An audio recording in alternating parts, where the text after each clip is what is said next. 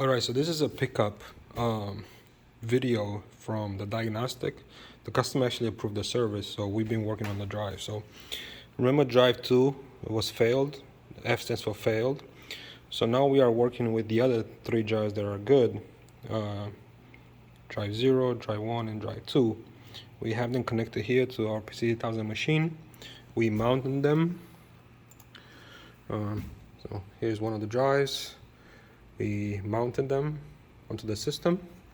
This is in read-only mode, right? We don't want to cause any further damage. So this is in read-only mode.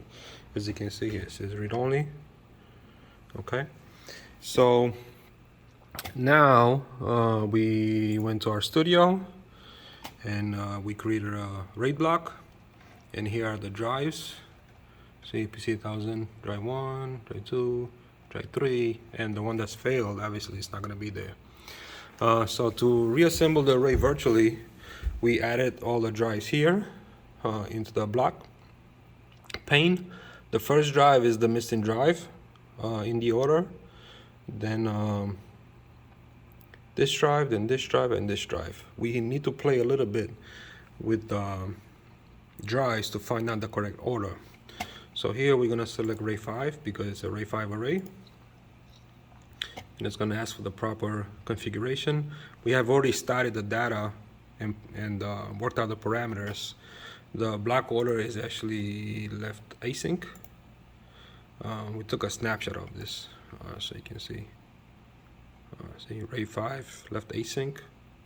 So we're going to plug that in. As far as the block size, it's actually a 128 kilobyte block size.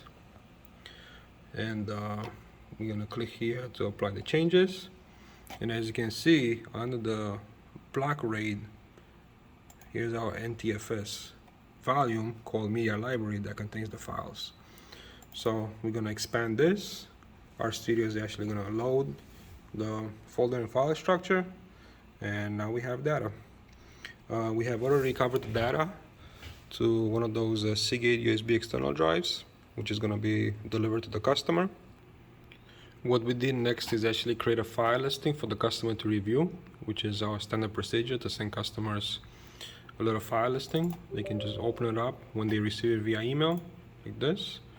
And it's going to list all the folders and files that were recovered, and customers can just browse through just like this and see the content. This is for them to verify if they're happy with the recovery. If they're happy, then we can continue with payment.